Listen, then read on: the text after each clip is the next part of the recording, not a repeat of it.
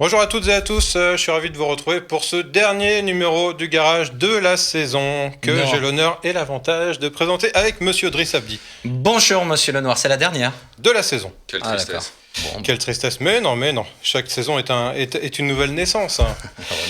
N'oubliez pas que vous pouvez retrouver tous les épisodes de toutes les saisons du garage sur le site watch.tv, que vous pouvez également vous abonner au podcast sur iTunes, c'est gratuit, et nous suivre sur Twitter et réagir avec le hashtag LeGarageWatch. Alors au sommaire cette semaine, beaucoup d'essais, messieurs, puisqu'on a essayé la nouvelle Fiat 124 Spider, le Seat Ateca, l'Alfa Romeo Giulia, la Citroën C4 Cactus Rip Curl et son autocollant magique. Et on parlera aussi de l'Audi A4 Allroad et de la Skoda Octavia RS 220 avec une suspension pilotée. Je vois que tu suis, c'est bien.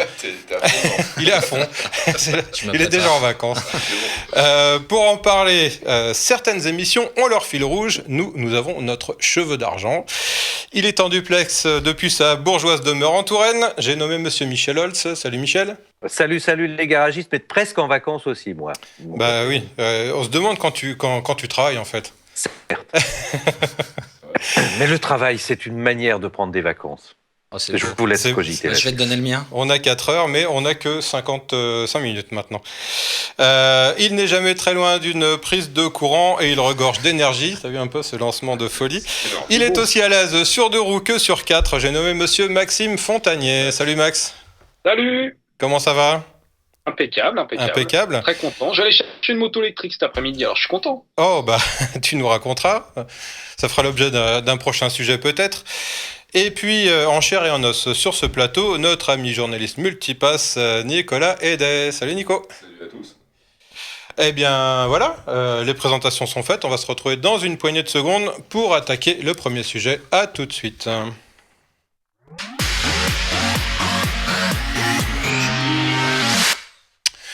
Voilà, après des années d'attente et de revirement, voici enfin remplacé la discrète Alfa 159. Alors en lui choisissant un patronyme empreint d'histoire et une architecture qui a fait les succès de la marque milanaise a voulu signifier clairement son retour aux affaires. L'essai de l'Alfa Giulia, c'est maintenant dans le garage.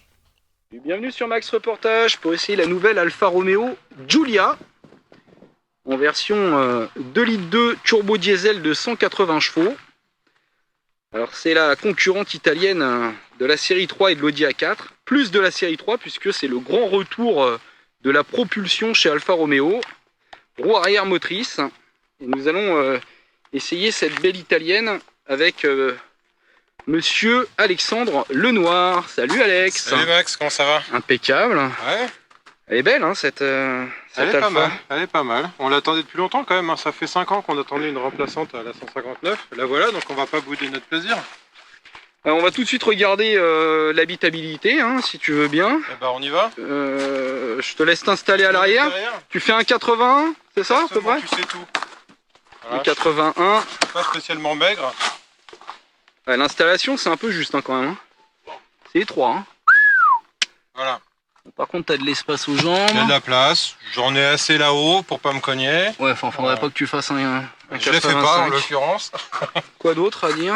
Écoute, moi ce qui m'embête un peu, c'est qu'il n'y a pas d'accoudoir et il n'y en aura pas même sur les versions en banquette rabattable. C'est une option. Sinon, en dehors de ça, moi j'aime bien l'assise. Elle est un peu ferme, mais moi ça me convient. Je trouve que le maintien est plutôt pas mal. Là, il y a un petit retour rembourré qui est très bien pour poser son bras. Voilà, et une fois la porte fermée, on a le côté porte qui est confortable, mais il manque vraiment cet accoudoir côté intérieur. Quoi. Je vais regarder tout de suite le coffre.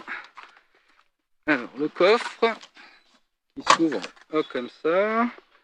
Alors, l'accès n'est pas immense, ça reste une 4 portes traditionnelle. Il n'est pas prévu de break. Et donc, si on veut rabattre les dossiers de banquette, c'est en option. Par contre, c'est assez large et assez profond. Et aux places avant, on a cette sellerie, réglage manuel. la console centrale avec la boîte automatique. Là, on a le système DNA qui permet de modifier les différents modes de conduite.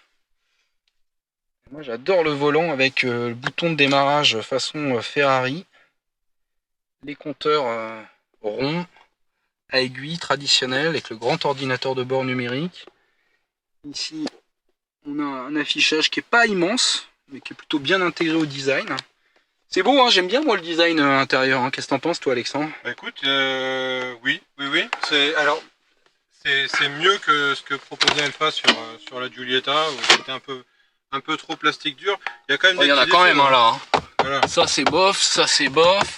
C'est dommage parce que ça c'est vachement bien. Ça aussi.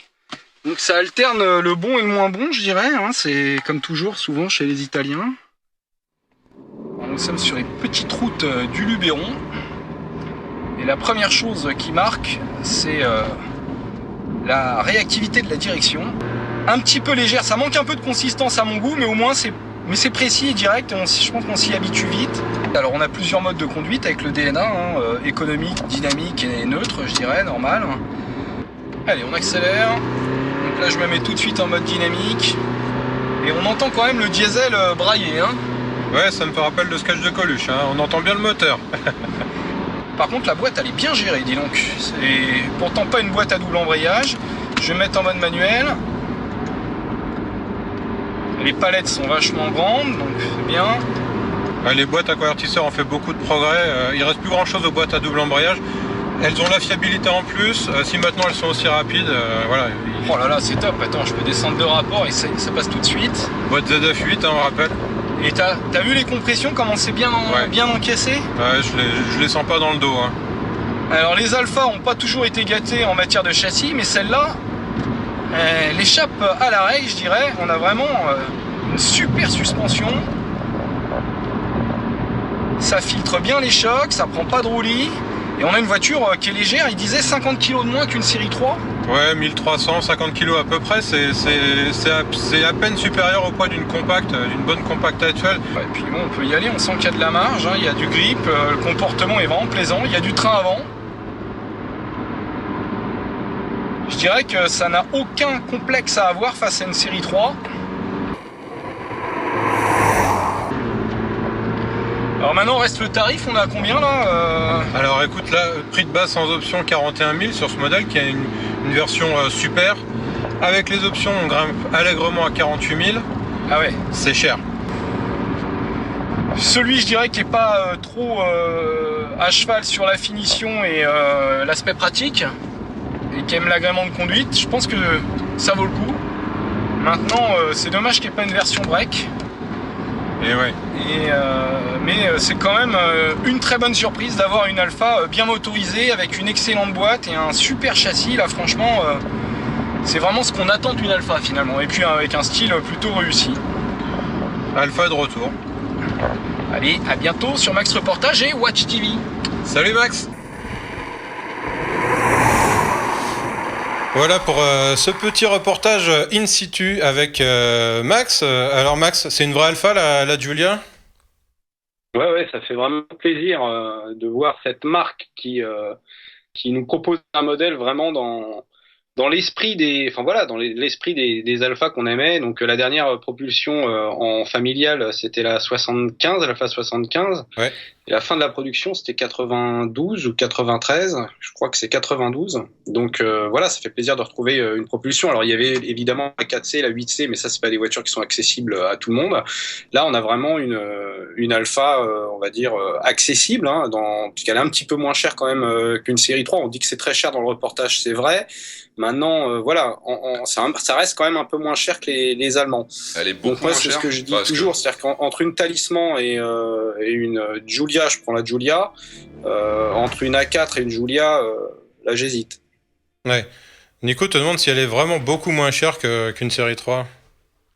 Un petit peu moins cher quand même. C'est un petit peu moins cher. Par contre, la série 3 va avoir peut-être un peu plus d'équipement d'aide à la conduite active. Alpha volontairement, on va dire, négliger ce genre d'équipement, puisque ça s'adresse à des gens qui aiment conduire. Donc ils ont fait le pari de se dire les gens qui vont acheter notre voiture vont être moins attachés à tout ce qui est alerte.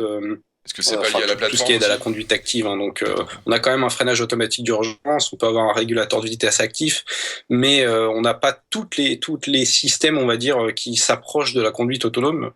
Mais bon, je trouve que c'est plutôt un parti pris intelligent de la part du constructeur italien. Après, c'est comme on l'a dit, c'est vraiment dommage qu'il n'y ait pas un break, quoi, puisqu'en plus il y a du volume au niveau du coffre. Donc avec au moins un haillon, ce serait top, quoi. Ouais, c'est vrai que le coffre est un peu mal pratique.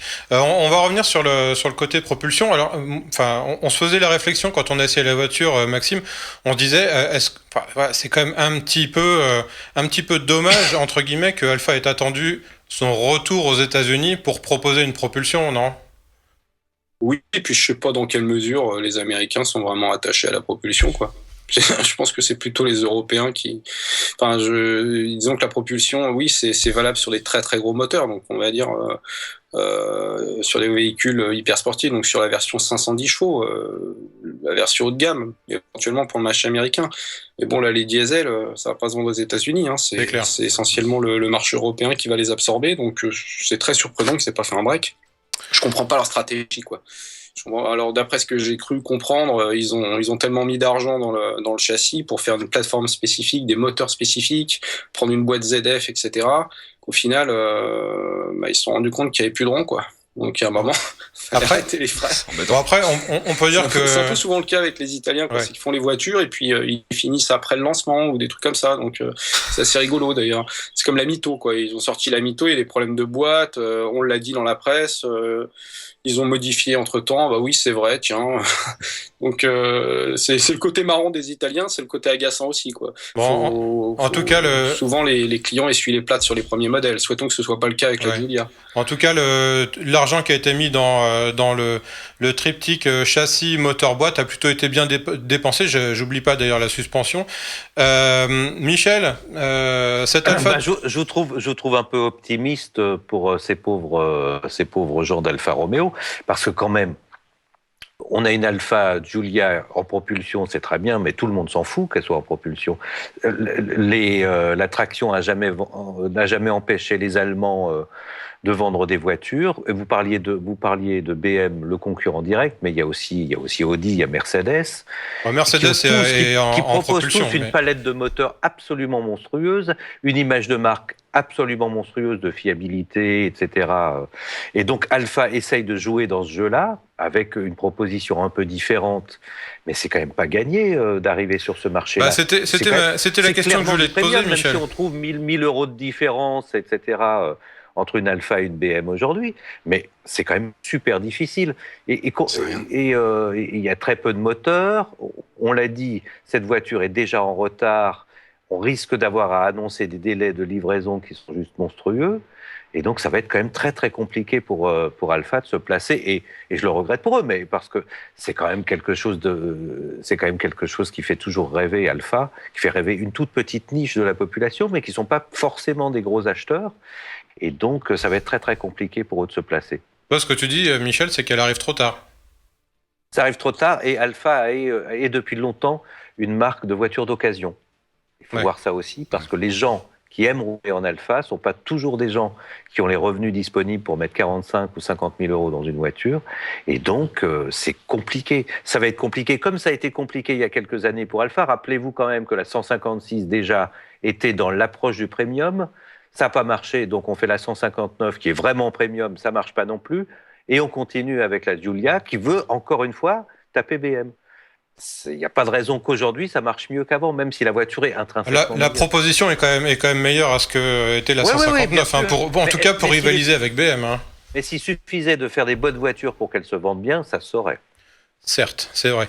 Qu'est-ce qui veut conclure sur cette voiture, Driss? Tu l'as pas essayé, on t'a pas entendu, mais non. Moi, sur le tarif, peut-être. Le tarif, moi, je trouve ça un petit peu élevé quand on vient justement sur un marché qui est celui-ci, qu'on veut justement concurrencer BMW et se caler sur les tarifs à 1000 euros près d'une BM. Je suis désolé, ils n'ont pas la notoriété de BM, ils n'ont pas la fiabilité de BM parce que ça se saurait. Premièrement. Deuxièmement, il y a des marques comme Volvo qui arrivent justement, qui reviennent avec des produits qui sont très intéressants, qui sont très très bien. Ils se situent bien en dessous en termes de tarifs, justement. Donc là, stratégiquement, je suis pas sûr qu'on soit très très bon, quoi. Voilà. Eh ben, l'avenir nous le dira. Je crois que elle est disponible à la commande. Il y a un petit délai, effectivement. Tu l'as souligné, Michel. Mais elle est en concession. Vous pouvez l'essayer. Et alors, d'après le staff d'Alfa Romeo, les premières journées, on va dire, d'essais ouverts au public ont plutôt bien marché. Donc, on verra si ça se concrétise dans les commandes. Alors, elle mérite d'être essayée, en tout cas. Pardon ? Elle mérite d'être essayée. Elle mérite d'être essayée, et, ouais, tout à honnêtement, fait. par rapport à une série 3, aujourd'hui, en termes d'agrément de conduite pure, il y a vraiment match. Bien. Alors, elle aurait pu naître Alfa Romeo, mais c'est finalement un badge Fiat qu'elle arbore, conçu en étroite collaboration avec Mazda, qui en a fait sa nouvelle MX-5. Voici essayé ici pour vous la toute nouvelle Fiat 124 Spider. Philippe Martinet, carissime, je suis bien content d'être avec toi au Pays Basque, sous le soleil, pour essayer cette nouvelle Fiat 124 Spider. On voulait pas le faire, mais on va le faire quand même. On va la comparer à la Mazda MX-5 parce qu'à la base, c'est quand même deux voitures identiques, développées donc en collaboration Fiat-Mazda. La différence se joue au niveau du moteur, mais pas forcément qu'au niveau du moteur. Toi qui as conduit les deux, quel est ton ressenti au volant ? Qu'est-ce que tu as ressenti comme différence entre les deux voitures ? Alors, de mon point de vue et de ce que je me souviens de l'essai MX-5 que j'ai fait il y a quelques mois, la Fiat 124 me semble un petit peu plus souple, un petit peu plus confortable. Confortable au niveau des assises, que ce soit aussi bien passager que conducteur, qu'au niveau du comportement où la voiture se place mieux. Place pas forcément mieux, mais avec plus de souplesse. On sent le travail des suspensions. Elle est plus facile à conduire. Elle téléphone plus. On l'a conduite ESP off. La voiture, elle part un petit peu, mais c'est très facile. Elle téléphone avant. Elle dit qu'elle va le faire. Quand on la remet, elle se remet en douceur avec la suspension qui travaille un peu. Bref, c'est moins. Je dis pas que les autres sont extrêmes, absolument pas du tout. Mais c'est plus souple. C'est plus souple. Alors, il y a une autre différence, on l'a évoqué. C'est le moteur. Fiat propose un 1,4 litre 140 chevaux comme motorisation unique, là où Mazda va proposer un bloc de 130 chevaux et un autre de 160 chevaux. Est-ce que là aussi on peut parler de la différence entre ce moteur Fiat et les moteurs Mazda ? Là clairement, puisque celui-ci se trouve quelque part au milieu de deux. C'est-à-dire qu'à la croisée des chemins, c'est-à-dire que sur le Mazda, le 131 chevaux, lui, c'est un moteur atmosphérique qui a besoin de prendre des tours pour emmener la voiture de façon efficace, alors que, à contrario, le moteur de litre de 160 chevaux, lui, il a beaucoup plus de souffle, beaucoup plus de couple, et donc il a un mode de conduite complètement différent, d'autant plus qu'il a un autobloquant. Et si on reprend cette voiture-là, le moteur développe 140 chevaux avec un turbo, c'est-à-dire qu'on a l'effet du couple à bas régime, comme sur le 2 litres, mais en même temps, il prend aussi ses tours assez bien, et on a une sensation de conduite qui se situe vraiment entre les deux. Alors, je crois que le maître mot et le point commun entre ces deux voitures, c'est le plaisir. Le plaisir de conduire une voiture fondamentalement différente de ce qu'offre la production. Ah, clairement. C'est-à-dire que là, on est dans un contexte tellement avec nos petits codes qu'on aime bien, qu'on a tous aimé, tous les petits cabriolets de place avec les compteurs ronds, avec le petit volant qui tombe en face, avec toutes les commandes qui sont rondes, le petit levier de vitesse, etc. Un environnement avec des sièges en rebond, cuir tabac sur notre voiture qui sont vraiment chouettes. En plus, ça lui donne un joli petit style presque british, alors malgré que ce soit une italienne. Mais donc effectivement, on est dans le plaisir pur avec tous les codes qui vont avec. Bon, en résumé, on achète ? Clairement, on ne peut acheter qu'une voiture de plaisir, n'est-ce pas, mon cher Alex ? Voilà, donc la Fiat 124, on l'achète. Merci Philippe. Merci Alexandre. Et tu vas mettre où tes gosses ? Alors, écoute, ça, j'ai pas encore réfléchi, mais par contre, je vous dis sincèrement, comme je le pense, j'ai kiffé cette voiture. J'avais kiffé la Mazda MX-5 et ce qui est extraordinaire, Michel, toi qui l'as essayé, je sais pas si tu es d'accord avec moi, c'est que Fiat a réussi quand même le pari de donner une identité propre et forte à cette 124. Il a plus que réussi son pari. Il a réussi avec une base de MX-5 à refaire le Speeder 124 de 1966 qu'on connaît tous. Et on retrouve les codes. Et donc, on est dans le néo-rétro, tout en étant super moderne avec ces montants de pare-brise qu'on voit là en alu, les arceaux à l'arrière, et cet arrière ancien qui pose la voiture par terre, elle est stylistiquement beaucoup plus réussie que la Mazda MX-5, qui est pas laide, hein, on est d'accord là-dessus. Ouais, Je la trouve plus réussie au niveau style, alors qu'on part d'une base existante quand même. Elle est, en revanche, mais c'est peut-être perso, je préfère le moteur de base du MX-5, le 130 chevaux, qui bizarrement a moins de couple, mais qui est beaucoup plus coupleux. C'est-à-dire que le peu de couple qu'on a arrive à plus bas régime. Ça a souvent été le cas chez Mazda, Mais d'ailleurs. c'est comme ça. Alors que là, on joue un peu plus sur le levier, mais c'est pas très grave parce que les suspensions sont meilleures, enfin plus souples, comme vous l'avez dit dans le sujet, sans pour autant que ça décroche ou que ça fasse n'importe quoi, que ça prenne du roulis. Évidemment, on est toujours dans quelque chose de très joueur, tout en étant confortable. En fait, c'est génial. Alors elle a un ESP qui est ultra permissif et qui se déconnecte et qui permet vraiment de jouer avec pour ceux qui aiment ça. Alors tu t'as parlé de son style, donc par rapport à la MX-5, elle est quand même plus longue, c'est-à-dire que ils ont rajouté une quinzaine de centimètres si ma mémoire est bonne. Elle est un petit peu plus lourde aussi, autour de 80 kg, donc là-dedans il y a évidemment la carrosserie, le moteur différent, un peu d'équipement supplémentaire. Toi, ce qui est étonnant, c'est que tu a trouvé la Mazda plus coupleuse, alors que moi pas du tout. J'ai vraiment trouvé que la 124 était beaucoup plus péchue à bas régime, justement, comme quoi tu vois les impressions. Oui. C'est parce que j'en ai fait une il y a 15 jours, une MX-5, et c'était un sentiment que j'avais. Mais sinon, il y a donc le modèle Abarth qui arrive dans quelques mois, je crois, avec 170 chevaux. Mais le problème, c'est qu'elle est déjà annoncée à des tarifs de près de 40 000 €, ce qui risque quand même d'être plutôt cher. Ça va tuer un peu le produit. Un petit roadster populaire. C'est quand même l'idée du MX-5 de la Miata depuis qu'elle existe en 89. Une idée d'une petite voiture jouée pas très chère. C'est aussi un peu le cas de ce Fiat Speeder, même s'il est à 1 000 € de plus que la Mazda. Mais à 40 000 €, on est vraiment dans une autre gamme. Et déjà que les généralistes laissent tomber tous les cabriolets, il n'y en a pratiquement plus, à part ceux-là, parce que les gens n'achètent plus de cabriolets, il faut quand même le dire. Mais alors, est-ce que c'est pas le serpent qui se mord la queue, cette histoire? Parce que il y a eu une crise, donc les gens ont peut-être acheté moins de cabriolets. Forcément, les constructeurs en ont proposé moins parce que c'est plus difficile à rentabiliser. Mais là, est-ce qu'avec cette nouvelle offre de Mazda, de Fiat et puis même de Mini, de quelques autres qui revient... Mini, on est dans une autre gamme, on est vraiment dans le premium chez Oui, Mini. mais malgré tout, ça reste du produit qui arrive sur le marché, qui va peut-être susciter un petit regain d'intérêt. J'entendais l'autre jour des gens on peut l'espérer. Un concessionnaire Peugeot qui se plaignait que Peugeot n'ait pas fait un CC avec sa 208. Enfin voilà. Est-ce que c'est quoi, c'est moins de 2000 voitures par an aujourd'hui ces petits cabriolets. Est-ce que moi je ferais bien le pari que Fiat et Mazda réunis feront quasiment le marché de l'année dernière tout seuls. Hein. C'est bien possible, mais il faut quand même savoir que ça coûte très cher de fabriquer un cabriolet. Celui-là, c'est évidemment une plateforme unique, en propulsion, avec un équilibre parfait. Tout ça coûte super cher. Quand on veut faire un cabriolet sur une base de coupé, il faut le renforcer.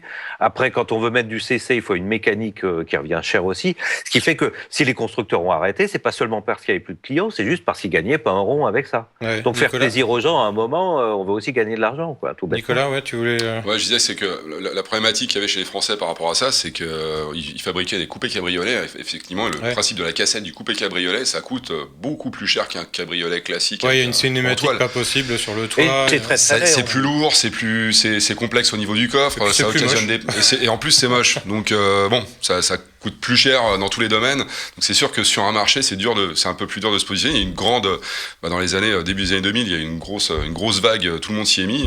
Je pense que voilà, la vague, ça s'est bien calmé et les gens ont moins l'envie de ça aujourd'hui. Mais je pense que le cabriolet classique en lui-même, par contre, a toujours de l'avenir et a toujours sa place, quoi. On parlait de moche, moi je la trouve. La version RF a l'air sympa, Mazda. Mazda a présenté une version justement toit rigide escamotable, une sorte de hardtop amovible.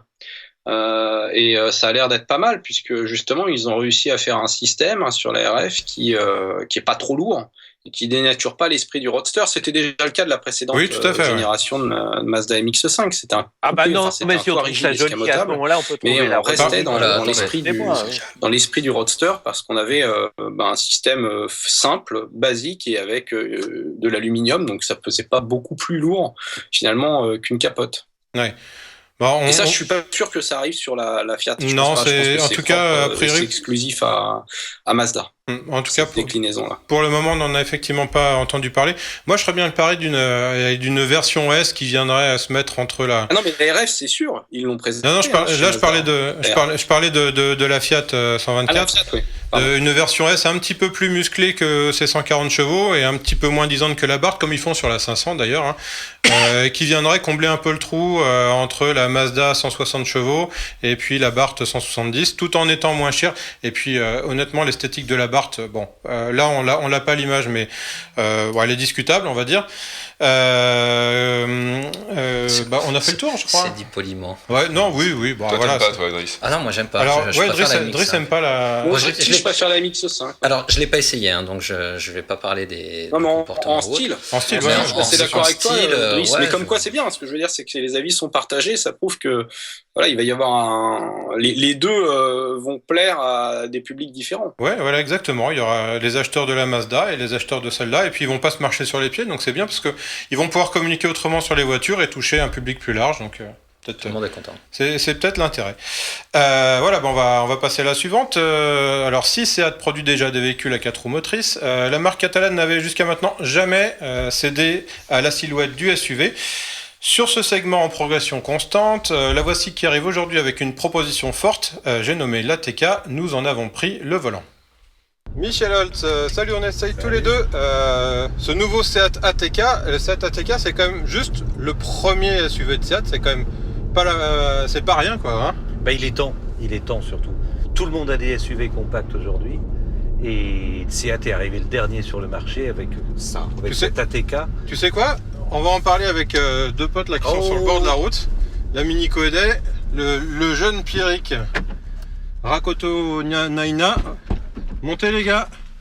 Ouais. Vous êtes en difficulté avec votre ATK? Non, ça va, tout va bien, on est très bien. On était en train de se dire que le Seat ATK c'était quand même pas la moindre des choses, pas la moindre des voitures pour Seat parce que c'est quand même leur premier SUV. Vous aussi vous l'avez conduit, qu'est-ce que vous en pensez?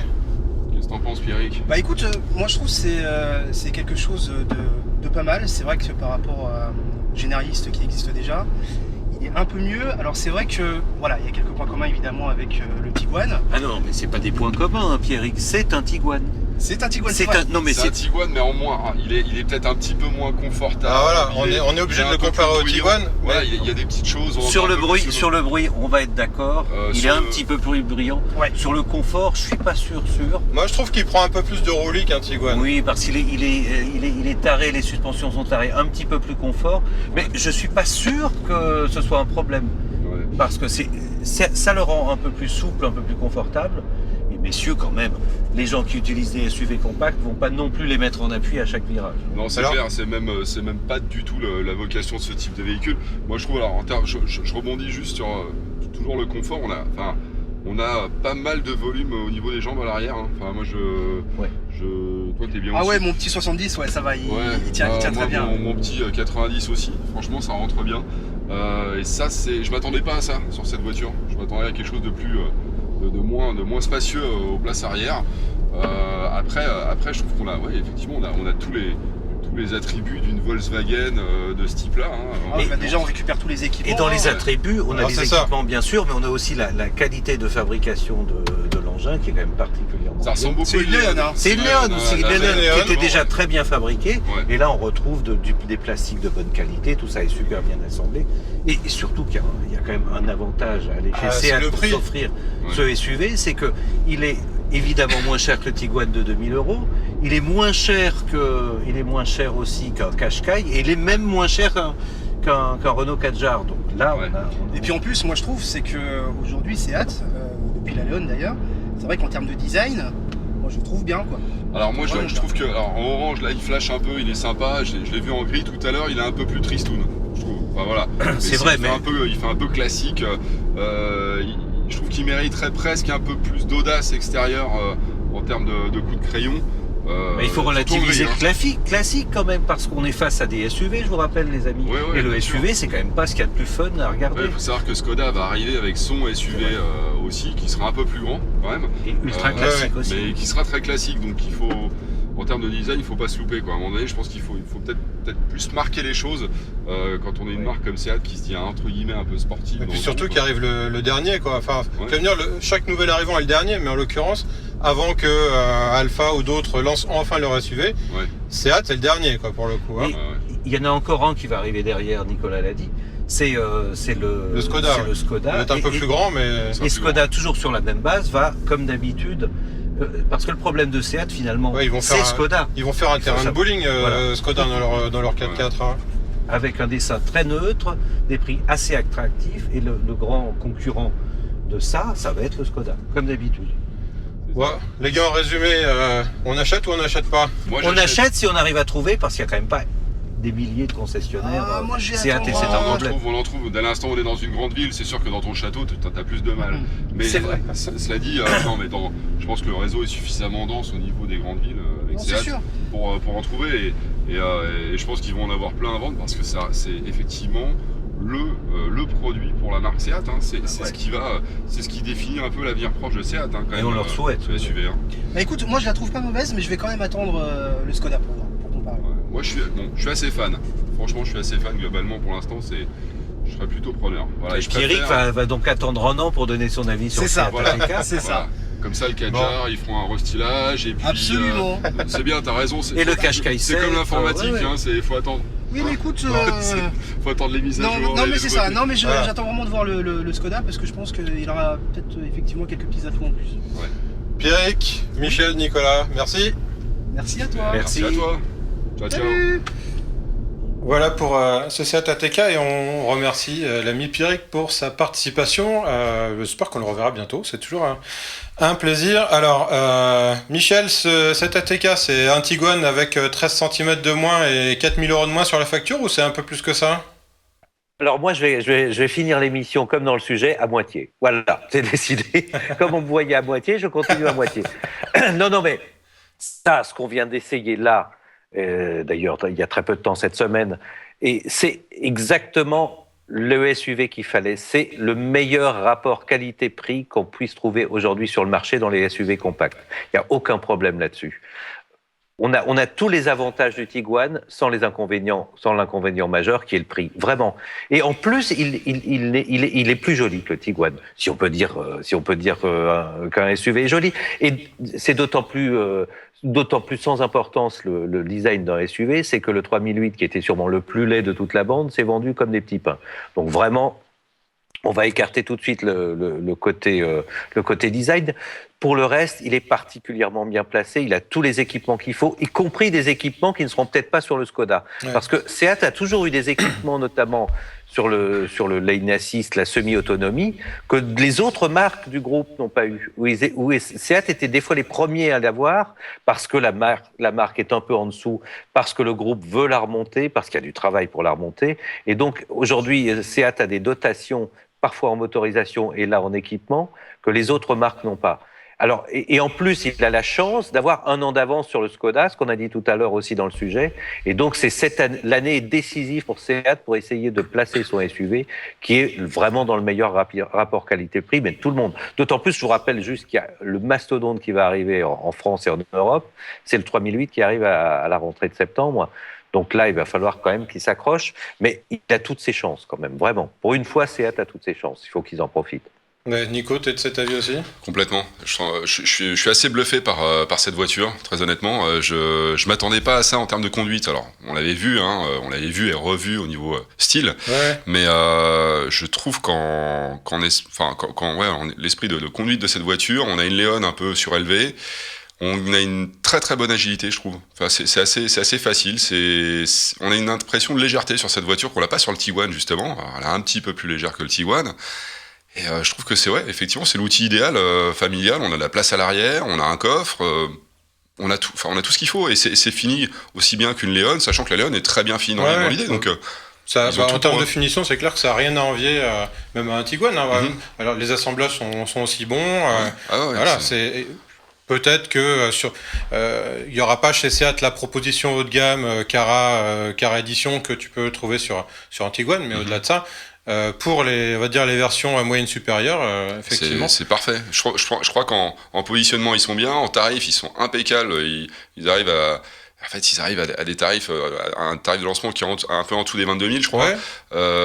Avec le petit moteur essence, 115 chevaux, en finition bas de gamme. Celle qui se vendra pas, faut être clair, mais elle existe. Mais regarde ce qu'on a chez Renault, ou chez Nissan ou chez les autres. Finalement, ils n'ont pas des gros moteurs non plus. On peut pas dire que ce soit des foudres de guerre, les moteurs. On peut pas dire que les finitions soient dingues. Le 3008, merci le réseau, quand même. On est en France, donc il faut penser à ça aussi. Ça va cartonner. Évidemment que ça cartonne. On achète beaucoup français encore aujourd'hui, et on a un réseau qui est très très dense avec des concessionnaires qui sont livrés obligatoirement de leur 3008, même des agents. Donc forcément, ils vont en vendre beaucoup. Ça, c'est la première année. On va voir par la suite. C'est toujours pareil. On va voir quel sera le tarif de ce 3008, etc. Mais je trouve que là, pour le coup, Seat a vraiment... Ils ont tout à jouer, quoi. Michel avait une petite idée sur le tarif du 3008 il y a quelques semaines quand Peugeot l'a présenté. Je sais pas si tu te souviens. La politique de ce que on me dit en off chez PSA, c'est que systématiquement, sur les nouveaux produits, Peugeot se place 2% en dessous très très peu, 2% en dessous de Volkswagen. C'est le cas d'ailleurs sur la 308 et ça risque d'être le cas sur la 3008. C'est le rival, on est dans l'entrée du premium et Peugeot mise là-dessus. Son modèle absolu, c'est VV. Donc on peut s'attendre à des prix comparables à très peu de choses près à Tiguan. Plus cher que le Seat. Les tarifs. Ah bah oui, oui. Juste un mot sur la TK, je vous promets, je fais très bref. Mais vas-y, moi, je Max. me suis pas renseigné, je l'avais vu en statique, j'avais fait une vidéo sur la présentation statique, donc j'ai pas pu l'essayer, mais c'est un des plus grands coffres, si ce n'est le plus grand coffre de la catégorie avec le Hyundai Tucson. C'est exactement ça. On n'insiste pas assez dessus, mais dans cette catégorie-là, le coffre, je pense que c'est vraiment le facteur fondamental parce qu'on est ça dépend si on est en deux dans ou quatre roues, l'utilisation d'une voiture familiale et là, ça fait énormément la différence avec les nouveaux breaks qui sont trop petits, les berlines 4 portes où on peut rien mettre dedans. Là, les SUV commencent enfin à avoir du coffre. Pas toujours hyper spacieux en termes de coffre. Et là, ça fait la différence. On a je crois que c'est plus de 510 litres. On est proche d'un Tucson. Alors pour être l'équivalent d'un bon break. Max, pour être exact, il est supérieur effectivement à 500 litres en version 2 roues motrices. Il est légèrement inférieur à 500 litres en version 4 roues motrices. Je crois qu'il y a 25 litres d'écart de mémoire entre les deux. Mais effectivement, ça reste le plus grand ou l'un des plus grands coffres de la catégorie là-dessus. Il n'y a pas photo. Max, est-ce que tu veux intervenir aussi sur le style ? Tu l'as pas essayé, mais tu as le droit d'avoir un avis sur le style de la voiture. Moi, j'aime bien et puis je suis client. Actuellement, je cherche à remplacer mon véhicule. Moi, je roule en break qui acide. Pourquoi ? Parce qu'il y a un grand coffre. J'ai un chien, donc et le chien va dans le coffre. Mais vas-y, donc là, je cherche à remplacer. Donc je regarde une Octavia et je regarde aussi la TK. Alors pour l'instant, la TK c'est un peu cher parce que moi j'achète pas neuf, mais ça me plaît bien et j'avoue que si dans un an ou deux, si j'ai pas remplacé mon break qui acide cette année, je m'orienterai peut-être sur un ATK en espérant que les TSI aient amélioré leur fiabilité parce qu'aujourd'hui c'est ce qui me fait peur. Je cherche un moteur essence, je veux sortir du diesel comme gens. Et le problème, c'est qu'il n'y a pas beaucoup d'offres essence automatiques aujourd'hui, que ce soit dans les breaks ou les SUV. Et les TSI sont d'excellents moteurs. On dit tous du bien quand on les essaye. Le problème, c'est que leur durée de vie n'est pas exceptionnelle a priori. Driss, est-ce que tu veux dire un petit mot de cette voiture ? En tout cas sur son style, sur ce que tu en vois, parce que tu l'as pas conduite. Je suis fan de la Léon, moi. J'ai toujours bien aimé cette voiture. Donc là, une Léon surélevée, forcément, je peux que cautionner.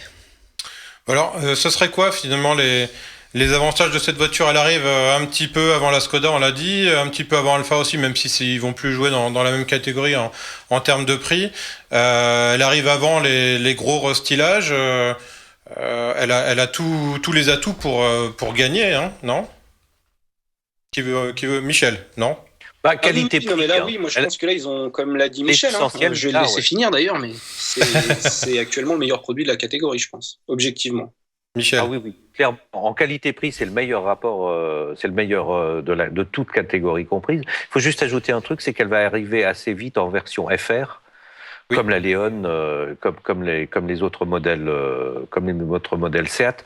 Donc il faudra voir comment ce positionnement un peu plus haut de gamme des FR va se situer par rapport aux copains. Mais s'ils gardent la même politique qu'ils ont pour leurs autres produits, il n'y a aucune raison qu'ils ne soient pas très très bons aussi. Et on a même entendu parler, c'est à l'étude, c'est pas du tout confirmé, mais d'une version Cupra qui ferait autour de 300 chevaux. Ouais. Voilà, on sait que c'est à l'étude chez Seat, il n'y a aucune date d'annoncer, mais ils étudient la question. Ouais, mais là c'est juste une blague. C'est juste une blague. Je sais pas. Il y a une étude sur un diesel de 240 aussi, je crois. Ouais. Et également, Nicolas le rappelle, un diesel de 240 chevaux qui arriverait aussi pour aller au-delà des 190 chevaux du modèle actuellement qui coiffe la gamme. Driss, il y a un début à tout. T'es allé faire du surf récemment. Alors ouais. C'est pas ça qui est nouveau. Non, ça, c'est pas nouveau, ouais. C'est plutôt le fait que t'en aies profité pour t'installer à bord de la nouvelle Citroën C4 Cactus Rip Curl. Alors tu vas nous expliquer ce qu'apporte cet autocollant Rip Curl sur la voiture, parce que c'est quand même pas que ça, j'ai l'impression. Non, c'est pas que ça. Bon, effectivement, c'est la première fois que je mets mon séant dans une C4 Cactus. Plutôt un bon premier contact. Certains disent que c'est même la première fois que tu montes dans une Citroën, c'est vrai ? Même peut-être vrai, ouais. Ouais, oui. Oh là là. Bon, toujours est-il que moi j'étais pas, j'en ai déjà vu dans les rues, j'étais pas hyper convaincu par le design de cette voiture, si ce n'est la calandre à l'avant. Écoute, à conduire que du plaisir. Alors tu me posais la question, qu'est-ce qu'elle a de spécial cette version Rip Curl ? Non. Monsieur Mauvaise Langue, c'est pas juste un autocollant qui est posé comme ça sur le côté. Les premiers éléments, bon, effectivement, c'est juste esthétique. Hein, tu as les barres de toit blanches, comme tu peux le voir là, ouais. les coques de rétro blanches. Là, non ? Alors attends, on va y venir là-dessus. Tu as des jantes à liège 17 pouces Biton et tu as un toit panoramique vitré. Ça, ce sont les équipements de base. À l'intérieur, tu as une petite touche un peu sportive avec des ceintures oranges. Et tu es en train de faire un château de sable à l'image. Et alors voilà, voilà que je vous explique pourquoi on a filmé la voiture dans le sable. C'est que le surfeur écolo, dis Max. C'est abominable ce que tu es en train de faire quand même. Alors écoute, voilà, la nouveauté de cette voiture, parce qu'il y en a une quand même, c'est le grip control. Ce grip control, c'est pour renforcer la motricité de la voiture. Donc on n'a pas un 4x4 à proprement parler, mais ça permet, si tu veux, typiquement Rip Curl, qui dit Rip Curl dit surf, tu tentes pas la voiture quand tu te retrouves dans des terrains un peu difficiles comme là le sable. Ça fonctionne également sur la neige jusqu'à 50 km/h et donc le sable. Donc voilà, là on a essayé de. Par contre, les gens sur leur serviette doivent être ravis de se prendre le sable et tout. Écoute, on continue. On n'est pas des sauvages, on ne conduit pas sur la plage. Non mais voilà, tu vois. Du surf quoi. Donc voilà. Si tu stationnes comme ça là on était dans la région de Biarritz. Si tu stationnes en bord de plage, il y a du sable. Si tu veux, ça va t'éviter de sortir et pousser la voiture ou demander de l'aide. En slow motion, ça aurait pu être sympa, hein, je pense. Mais en tout cas, comme tu peux le voir, bon, effectivement, c'est impressionnant. Vaut mieux fermer les fenêtres, mais si tu veux, j'ai pas eu besoin de pousser la voiture. C'est bien. Elle s'en est sortie. Donc voilà pour la nouveauté de cette. Michel, dis-moi, c'est un 2000. Ils ont enfin mis le grip control qu'ils viennent de mettre sur le 2008 sur le C4 Cactus. C'est exactement ça, mais de toute façon, cette C4 Cactus Rip Curl me laisse absolument sans voix. T'es pas un surfeur, Michel, t'as la coupe. C'est un peu pathétique, on a l'impression d'une opération de sauvetage d'une voiture qui est mal née, tout simplement parce qu'on ne savait pas quoi en faire quand elle est arrivée. C'est très sympa, C4 Cactus, à conduire, le look on aime ou pas, mais il y a une démarche, il y a quelque chose d'intéressant. Cette voiture est arrivée. Est-ce qu'on en fait un low cost ? Est-ce qu'on en fait quelque chose de différent ? On ne savait pas. On a des vitres arrière qui ne s'ouvrent pas. On a quand même un tas de choses qui manquent dans cette voiture pour en faire quelque chose d'un peu haut de gamme, d'un peu hype. Alors, on ne sait pas où le mettre. On le positionne de traviole, donc il ne se vend pas, ce qui est normal. Et derrière, on essaye d'organiser une opération de sauvetage en mettant un grip control qui arrive sur le 2008 pour en faire un simili 4x4 avec des autocollants aborigènes de Rip Curl.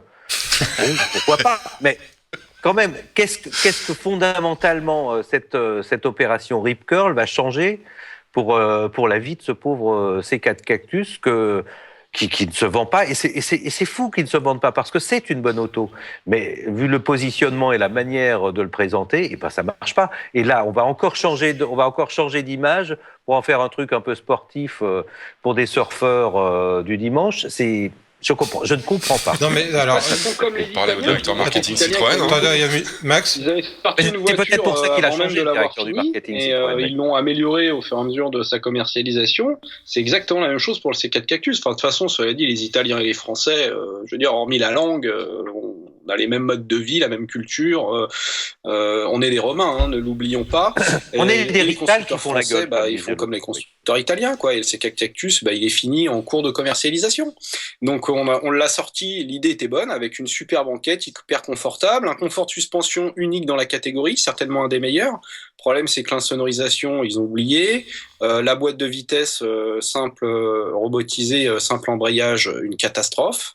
Pas de possibilité de banquette rabattable, ça on l'a fait 6 mois ou 1 an après la sortie du véhicule. Et donc c'est dommage parce que moi j'aime bien le style. Je fais partie des rares qui aiment bien le style de cette voiture. Je trouve ça audacieux et puis c'est rigolo. Le volume, la taille du véhicule est plutôt intéressante pour notre marché. Mais en effet, les vitres arrière, la banquette non rabattable sur les premiers modèles, le seuil de chargement trop élevé pour un usage familial, en tout cas un client comme moi, c'est rédhibitoire, c'est niette.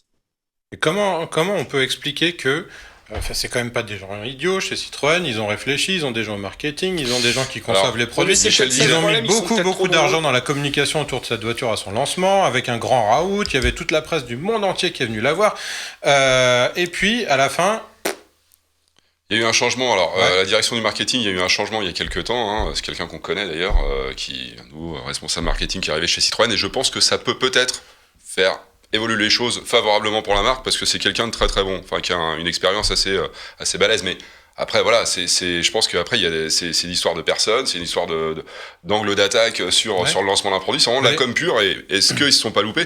Et à la limite, on se demande, et Max le disait tout à l'heure, est-ce qu'ils n'ont pas lancé un produit sans vraiment savoir où ils allaient, où le positionner? Et c'est quand même embêtant. Hein, Max parlait de voitures italiennes et moi, je fais un parallèle. Alors, les voitures n'ont rien à voir l'une avec l'autre, quoique, avec la Fiat Croma que Fiat a lancé en disant c'est pas un break. C'était clairement un break. Et donc, on sait que les voitures qui souffrent d'un positionnement clair se vendent pas parce que les gens se disent ouais, mais elle est trop ceci, pas assez cela. Enfin, chez Citroën, ils sont pas nés de la dernière pluie. Ils en vendent depuis des années des voitures un peu marrantes, etc. Alors, pourquoi avoir... Et ça arrive encore. On voit alors Infiniti, la Q30 qui est arrivée il y a quelques mois sur le marché, lors de la présentation internationale, nous la vend comme un crossover. Ouais, sauf qu'il y a le QX30 qui arrive, ça va être quoi le QX30 ? Des fois, on n'est pas tout à fait en phase avec ce qu'on a envie de faire. Enfin, c'est assez bizarre. Voilà, comme disait Michel récemment, tout aujourd'hui est crossover. C'est très à la mode. Michel, tu veux ajouter quelque chose ?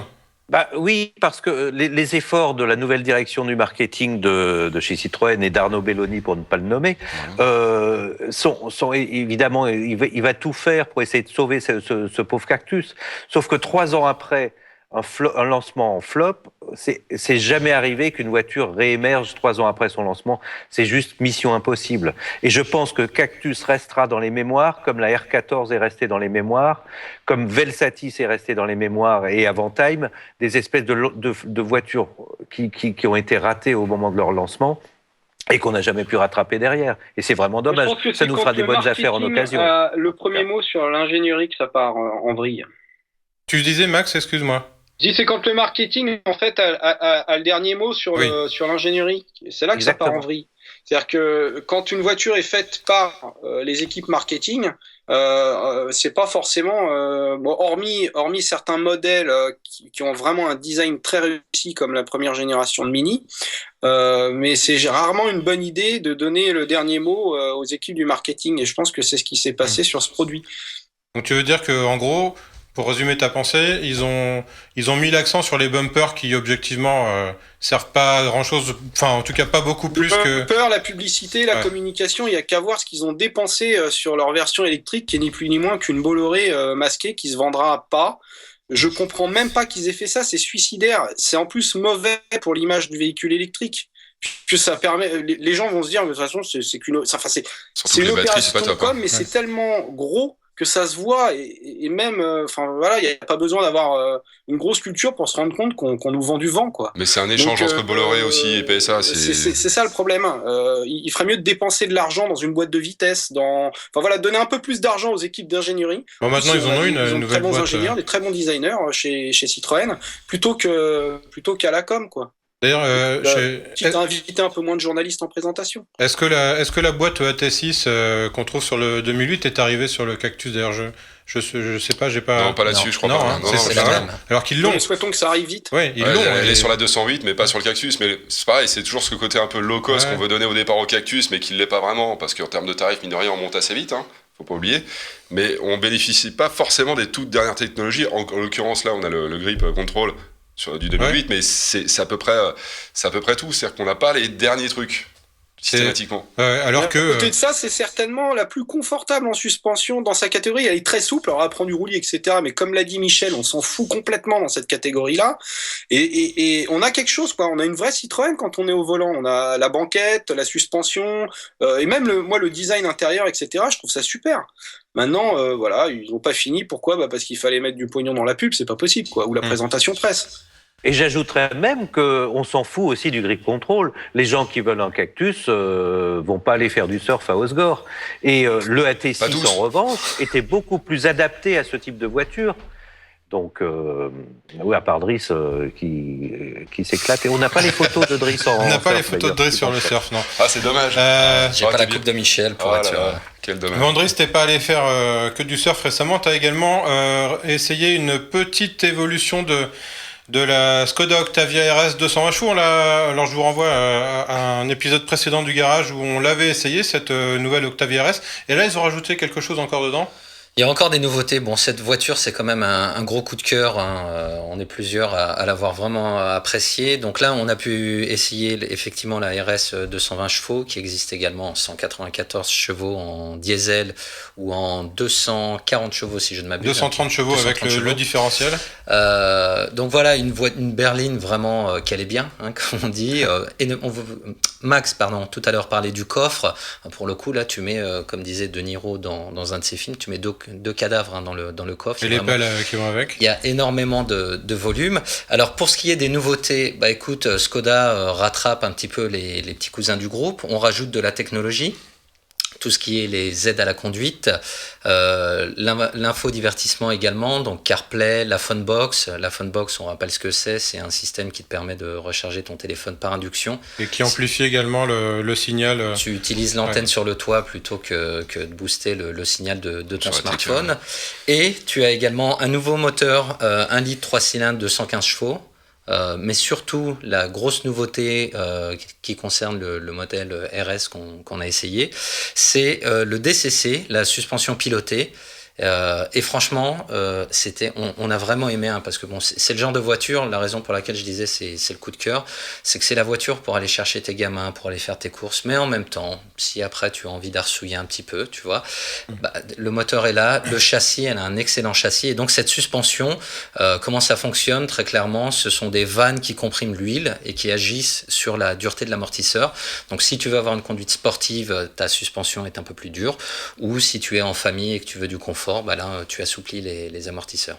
Petite spéciale dédicace à l'ami Laurent Sanson qui est fan de cette voiture et qui en est à sa deuxième, je crois, Octavia RS. Ah oui, on a fait l'essai ensemble, on devait faire une embarquée, on a eu des petits soucis techniques, mais en l'occurrence, Laurent, tout comme moi, on était aux anges. C'est un peu le choix de la raison, cette voiture. Comme je disais, tu as le meilleur des deux mondes. Tu parlais de ce moteur 1 litre 3 cylindres 115 chevaux, est-ce que tu as pu l'essayer ou pas ? Non, on est resté avec le... Personne n'a pu l'essayer parmi vous ?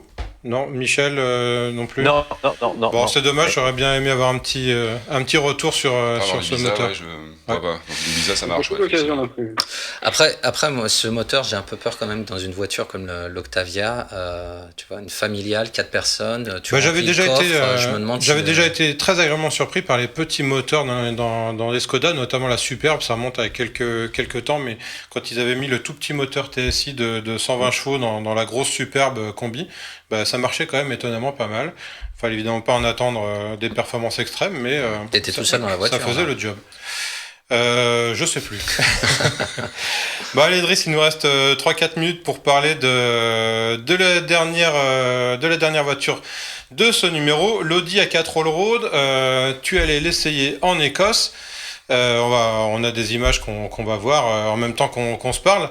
L'Audi A4 est pas nouvelle. On a déjà essayé la version, on va dire, classique dans le garage il y a quelques mois. Elle arrive en version Allroad, sa déclinaison touche main. Alors c'est la deuxième version de cette voiture, effectivement. Bon, pour faire court, tu gardes les mêmes dimensions. Elle est un peu surélevée, 34 mm. Qu'est-ce qu'il y a de neuf ? Tu n'as pas de petit moteur là pour le coup, hein. C'est vraiment un produit premium.